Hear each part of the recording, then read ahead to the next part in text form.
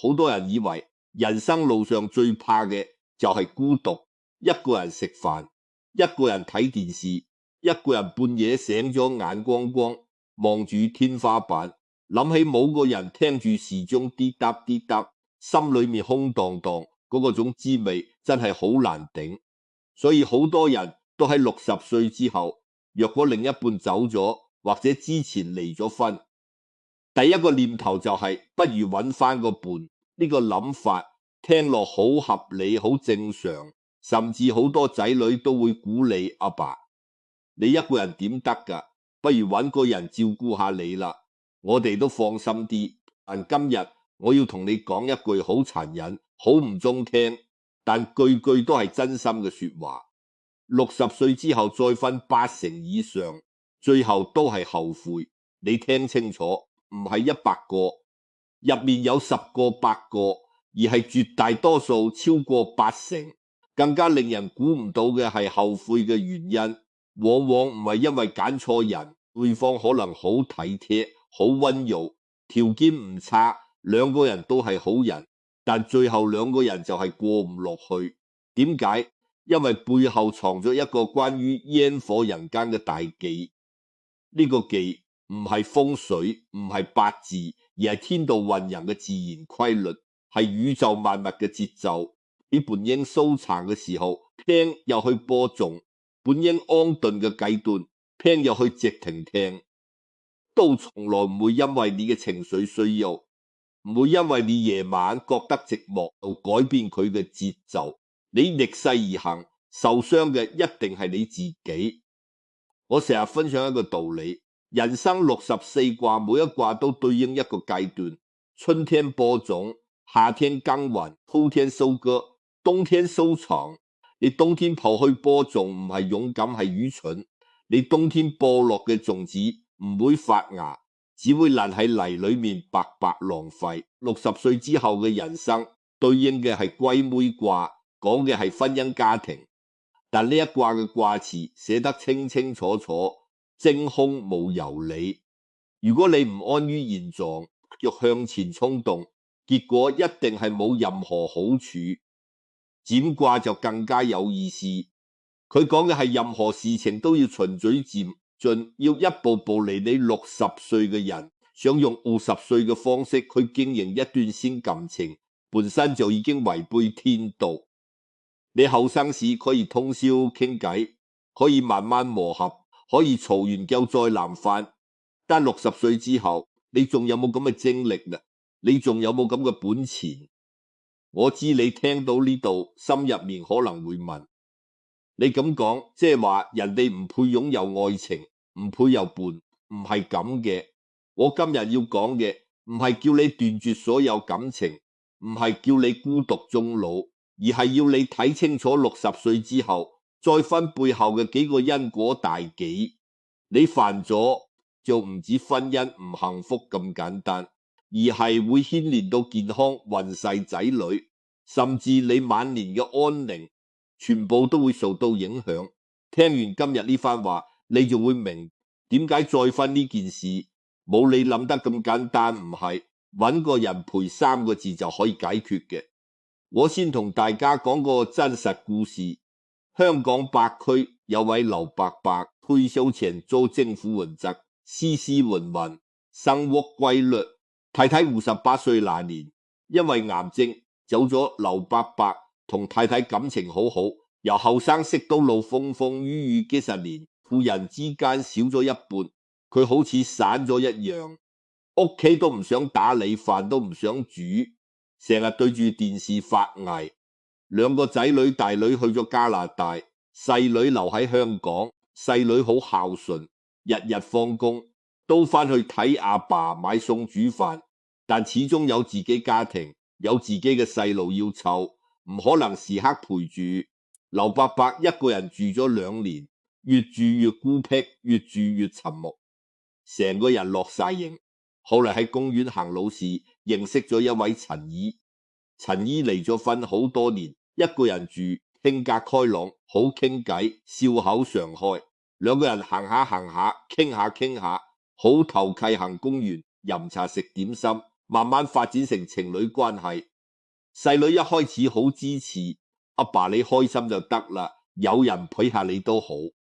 於是兩個人結婚，頭3個月一切冇好。劉伯伯成個人精神晒，面色紅潤，行路有風，覺得自己好似後生翻30年咁。但第4個月開始，問題就浮出嚟。陳姨搬入嚟之後，發現劉伯伯嘅生活習慣、煮飯方式、廚房碗碟點擺、夏天風扇方向、晾衫方向，全部係同千妻幾十年磨合落嚟嘅痕跡，每一樣都係習慣，每一樣都係記憶。陳姨想改，想重新佈置，劉伯伯心入面唔舒服，覺得你點解要改我嘅嘢？劉伯伯覺得自己處處俾外人管，以前太太從來唔會咁樣，再到前人問題。劉伯伯有8萬退休金，同一層自住樓。陳姨嫁過嚟之後，劉伯伯嘅仔女開始擔心阿爸將來百年歸老，個女人會唔會分咗遺產？由最初嘅支持慢慢變成提防，每次翻去探老豆都會留意陳姨一舉一動，睇佢有冇攞嘢，有冇過數。陳姨感受到嗰種敵意，心入面越嚟越委屈，覺得自己明明係真心，點解要俾人當賊咁睇？最後結婚唔夠1年半，兩個人就分開。劉伯伯喺公園長凳上同我朋友講咗一句，我以為揾個伴就唔會孤獨，點知結婚之後，我比以前更加孤獨。以前係一個人孤獨，而家係2個人一齊孤獨，仲多咗好多煩惱。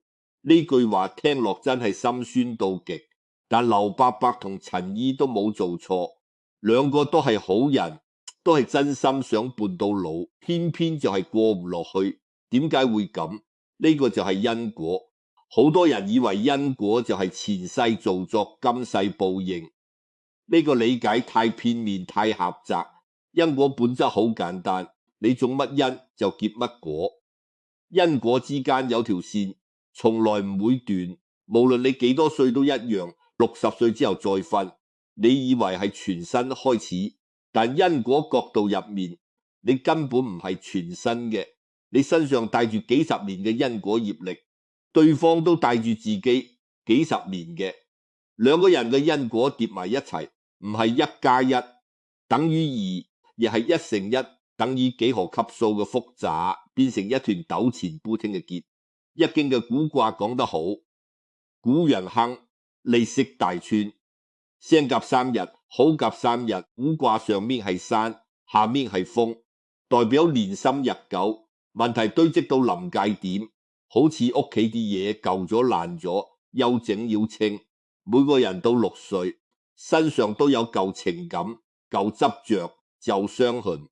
你唔先將呢啲舊債處理好，就各自走入新關係，結果只係將2個人嘅舊債疊加，一齊爆發，最後諗住一齊沉。跟住我同你講，60歲後再婚最容易犯嘅4個因果大忌，你聽清楚，記喺心入面。第一個大忌，帶住舊債入新緣。呢度講嘅唔係錢，而係情感上嘅未了。好多人表面話放低前度，但骨子裏根本冇真正放下自己，呃自己。有啲人帶住對前人嘅思念，陪黐伴侶做嘅嘢同前人唔同，就自動去比較。佢煲嘅湯，前妻煲得更好飲；佢講嘢方式同我前夫好唔同；佢行路姿勢都冇佢好睇。以為冇講出口，對方就感覺唔到錯。人嘅氣場去傳低你心裏面對前人念念不忘，對方一定感受到，佢會覺得永遠贏唔過一個已經唔存在嘅人。嗰種絕望，嗰種無力感，比任何事都更難頂，更令人心淡。更有啲人帶住對前人嘅怨恨，恨一段婚姻，唔係為咗愛，而係為咗報復，為咗證明自己，我都有人要。你帶住一身傷病去跑馬拉松，未出發已經注定跑唔遠。易經嘅比卦講，彼之匪人不亦相乎？你帶住舊因果入新關係，等於堵塞天地之間嘅通道，新緣分根本入唔到，因為你成個氣場都被舊因果針據，舊嘅放唔低，新嘅就入唔到，就好似一間屋門窗全部粉晒新鮮空氣，入唔到，你點種花種草都唔會生。你要做嘅唔係搬去第二間屋，而係先將自家門窗打開，等身心通透，等舊嘅空氣流走。所以如果你對前一段婚姻仲有執着、有怨恨、有遺憾，千萬要記住，走入下一段之前，要先將舊債一筆一筆清完。清嘅方式唔係去求前任，亦唔係求大師化解，而係接受。接受呢段婚姻已經成為過去，接受自己受傷，接受對方有佢嘅苦衷，接受大家緣分已盡。當你真正接受，你嘅心就會靜，氣場就會通，甚至有能力判斷你究竟係真正需要個伴侶，定係只係需要一粒止痛藥，止住當下嘅痛。第二個大忌，用錯季極嘅坤。人生如四季，20歲春天運，物生長精力就旺盛，咩都嘗試。40歲夏天生機最盛，事業家庭龍頭忙。50歲秋天開始收割沉澱，收成落好經歷也好，開始回頭行。60歲之後就係冬天，冬天嘅規矩係收藏、涵養、萬物休息、積蓄力量，等下一個循環。你60歲後嘅身體、精神、氣場全部都係收藏嘅時候，應該收唔應該放？但再婚本質係放，你要打開自己去接納陌生人，重新磨學適應經歷。10歲、30歲經歷過嘅差異、爭吵、妥協、遷就，後生時你陽氣旺盛，恢復力強，嘈人交訓一交就冇事。60歲你同人拿戰一次，可能失眠3晚，心口翳幾日，嘈一次，可能成個禮拜都唔舒服。你嘅身體已經承受唔起呢種消耗，你嘅精神已經冇咁多彈性。我聽過荃灣有位張伯伯，63歲再婚生太太，人好斯文大方，但兩個人生活習慣差天共地。張伯伯習慣5點起身打太極，新太太習慣瞓到9點。張伯伯飲食清淡，新太太中意濃味香菜，無辣不歡。張伯伯中意靜，新太太要開電視做背景，話咁樣有生氣，每樣都係小事。30歲嘅話，磨合幾個月就搞掂。但張伯伯63歲，每個習慣都跟咗佢幾十年，換咗踢佢唔到，結果日日為小事摩擦，唔係大吵大鬧，但持續嘅唔舒服，好似把木刀慢慢鋸你，一日一日磨。再婚前身體好好，紅得早得，再婚後半年開始失眠、胃痛、血壓高，個人消瘦晒。醫生話壓力太大，要放鬆，但對住一個生活方式完全唔同嘅人，點放鬆？呢個就係用錯規則嘅代價。冬天做春天嘅事，聽到就會咁樣提醒你。你走錯路，你嘅身體就係第一個信號。第3個大忌，忽略家庭因果鏈。再婚唔係你同對方兩個人嘅事，你身後有仔女，對方身後都有仔女，兩邊加埋就成條複雜嘅因果鏈，牽一發動全身。易經嘅家人卦講得好家人，路女正。家庭最重要係每個人安守本分，各安其位。你再婚等於將一個新嘅人放入原本家庭秩序入面，打亂晒你嘅仔女，要叫對方做姨姨定阿姨，叫阿媽又怪叫名字，又好似冇禮貌。光是稱呼呢個問題就已經夠煩夠尷尬。但稱呼係表面更深層嘅，喺仔女最擔心嘅，阿爸嘅愛會唔會被分薄？阿爸嘅財產會唔會被分走？任何人都會有不安全感，呢個係人性，好正常。財產問題更加現實。你有一層樓百年歸老，應該俾仔女繼承。我追婚後新配偶，法律上有繼承權。你啲仔女就算口唔講，心入面一定有介懷，有顧慮。我識得一位滾燙嘅爸爸，65歲再婚，有2個仔，一個喺香港，一個喺深圳做生意。再婚前父子關係好好，父子自孝大女，每星期都返去探老豆，逢年過節好熱鬧，一家人開開心心。再婚後一切都變晒，探望次數有冇做變，冇藥再變，逢年過節先出現，電話都越嚟越少，由噓寒問暖變成例行公事。阿爸生日覺得仔女唔孝順，心面好失落，但佢冇諗到仔女嘅心態轉變。新太太搬入落後重新裝修大女，返去發現阿媽嘅相架唔見晒，客廳擺設全部換晒，阿媽以前嗰種嘅盆栽都搬走咗，換晒新太太中意嘅花。佢當場唔開心，眼濕濕，覺得阿爸已經徹底遺忘。阿媽對仔女嚟講，阿媽嘅位置係神聖不可取代，係幾十年嘅記憶同情感。你為自己開始新生活，但仔女眼中可能係背叛，係將阿媽抹走。呢個就係因果鏈嘅恐怖之處。你一個決定會引發一連串你控制唔到嘅連鎖反應，好似骨牌咁冧落去。易經嘅隨卦講，黃蓉享於西山。家庭又有共同嘅精神核心，呢個核心係幾十年共同嘅記憶同情感連接。你再婚等於動搖呢個核心，家庭凝聚力自然就會散，親情就會淡。所以好多60歲後再婚嘅人，最後唔係失去婚姻，而係失去同仔女嘅親情。呢個代價太大。第4個大字，隨產禮關注下神因果。呢個問題好歲熟，但好現實。你避唔到60歲後再婚超過一半矛盾。由錢引發2個60歲嘅人各有積蓄，各有活嘢，各有退休金，各自都有自己嘅盤算。結婚後日常開支點出，水電煤點俾食飯，邊個埋單去旅行，邊個出錢，仔女結婚做人情點，每一件都係計時炸彈，表面唔講，心裏面逐筆逐筆。記住遺產問題勁嚴重，你冇事先安排好將來百年歸老，同流嘅歸宿就會變成大戰，爭到頭破血流。我聽過元朗有位退休中學教師黃老師67歲，同一位61歲退休護士再婚，2個都係喪偶，都係好人，真心相愛，黃昏戀好溫馨。黃老師有2個女退休護士，由自己仔女一開始都反對，但2個老人家堅持，話我哋有自己嘅人生。頭2年好開心，一齊去旅行，一齊飲茶。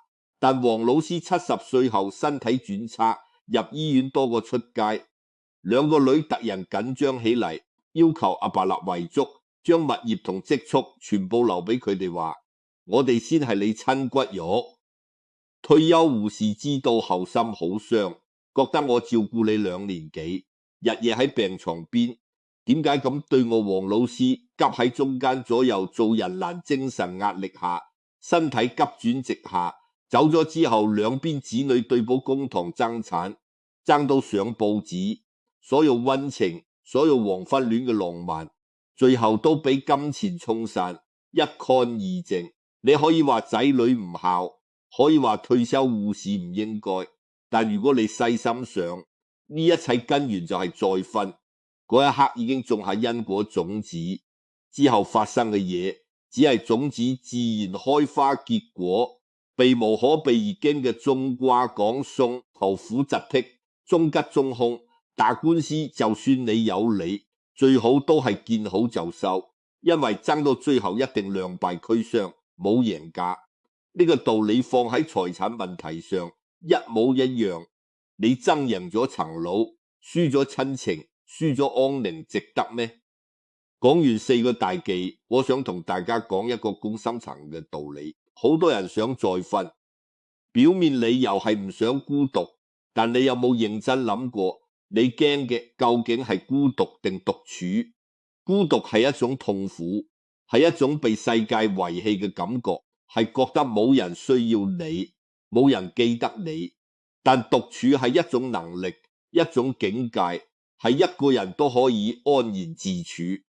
一個識得獨處嘅人，一個人時唔會覺得空虛，反而覺得充實靜靜。睇本書，慢慢飲杯茶，對住窗發呆，聽下雀仔叫，嗰種時刻唔係孤獨，而係同自己靈魂對話，係最真實嘅自己。屋經嘅艮卦講：更其背不獲其身，好其庭不見其人。當你學會靜止，就唔會被外在事物牽動，你行自己嘅路，自在獨立，唔需要依附任何人。60歲之後，你最需要修煉嘅唔係一個伴，而係學會同自己相處。你再瞓都遷就對方食飯，照顧對方情緒，處理仔女關係、單身財產問題。你嘅心要分幾多款出去，你嘅精力要分幾多出去。但如果你想去獨處，你嘅心係完整嘅，你可以將精力全部用嚟養好身體，經營精神世界，享受自己嘅興趣。你可能會話，但我一個人真係好悶㗎。我話你知，呢個悶其實係你內心空虛，係你未習慣面對自己。你以為有人陪就可以填滿，但事實上冇任何人可以填補另一個人嘅內心。呢個世界上冇人可以為另一個人嘅生命負責。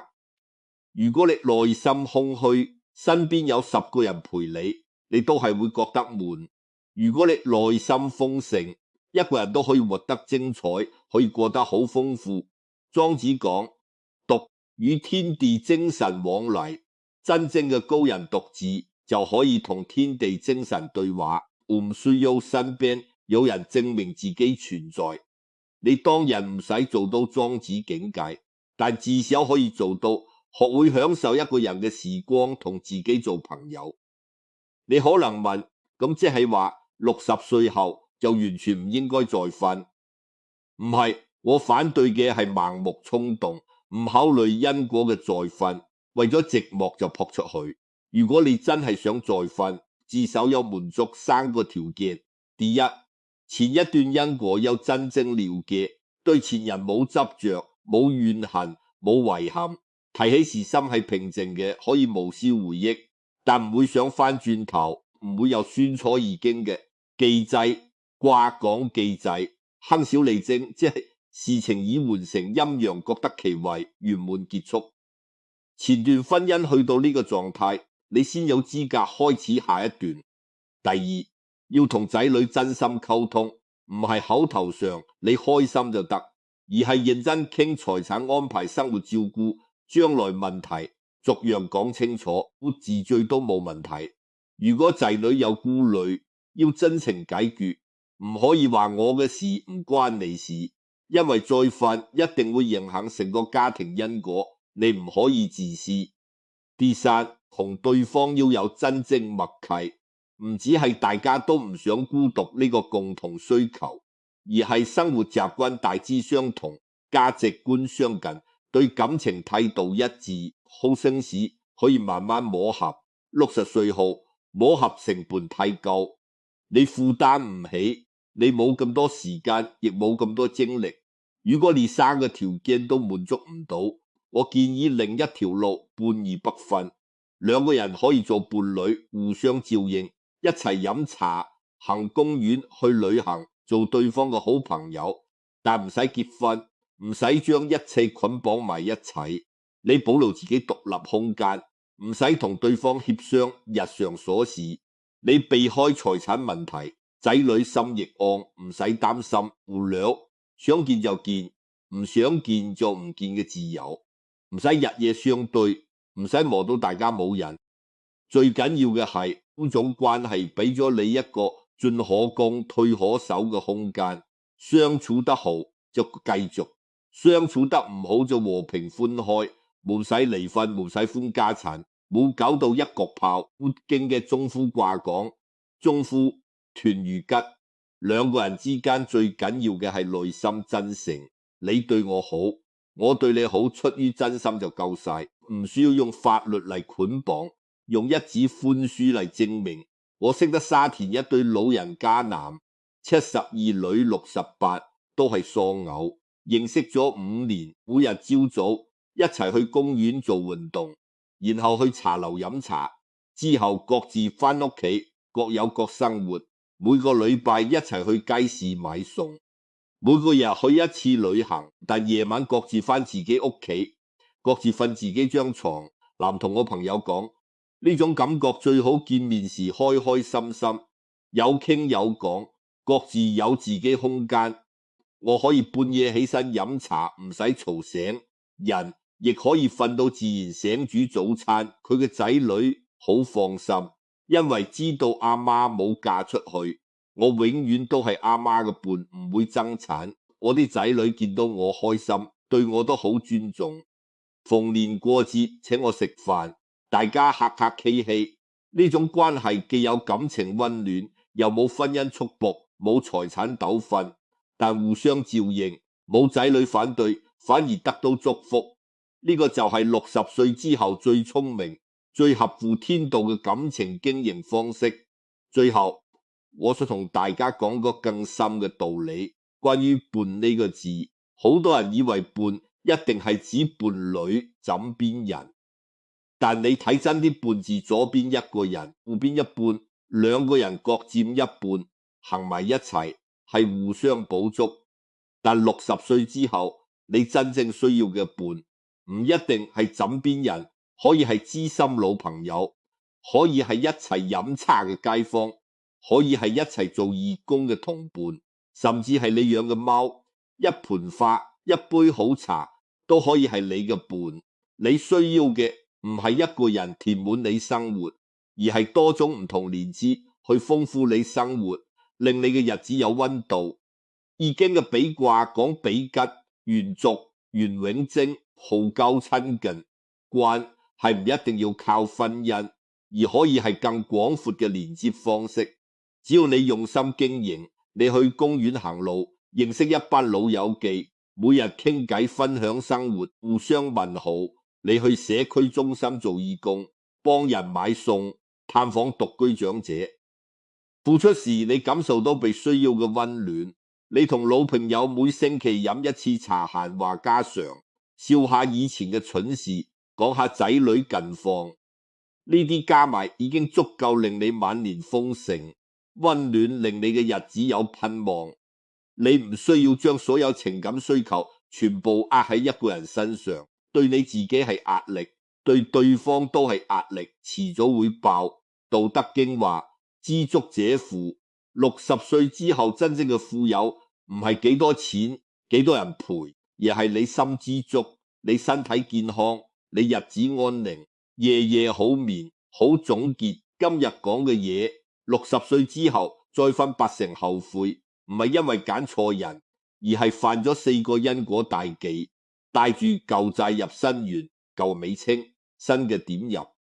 用錯季節嘅規則，應該收藏誰播種，逆天而行，忽略家庭因果鏈，一個決定牽動成個家，親情動搖，財產呢關種下新因果，最後親人反目，對簿公堂，晚節不保。如果你真係想要個伴，最好方式係伴而不分，保持感情溫度，但唔用婚姻捆綁俾大家空間。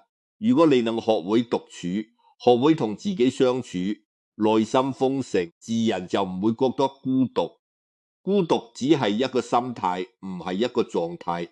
易經64卦由乾坤兩卦開始，到既濟同未濟兩卦結束。既濟係完成，未濟係未完成。呢個排列話俾我哋知，人生永遠有未完成嘅事，但未完成唔代表唔圓滿。有時留白甚至係最大嘅圓滿，係最靚嘅風景。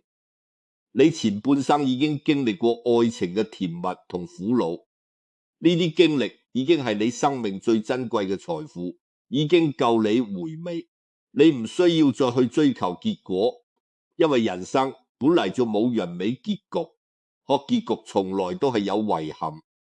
你要做嘅係用餘生去滋養自己嘅身心，守護自己嘅健康，同真正關心你嘅人保持聯絡，同令你開心嘅事保持熱情，好好過每一日。60歲之後最好嘅問題唔再係我應唔應該再瞓，而係我點樣可以活得通透自在、健康安樂。當你揾到呢個答案，再瞓唔再瞓根本唔再重要，因為你已經擁有比婚姻更珍貴嘅嘢，一顆安定嘅心，一個豐盛嘅靈魂。易經嘅替卦講：替小往大來吉亨。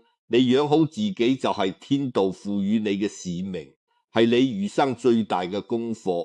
請你將呢番話分享俾身邊朋友，尤其係正考慮再婚嘅長輩。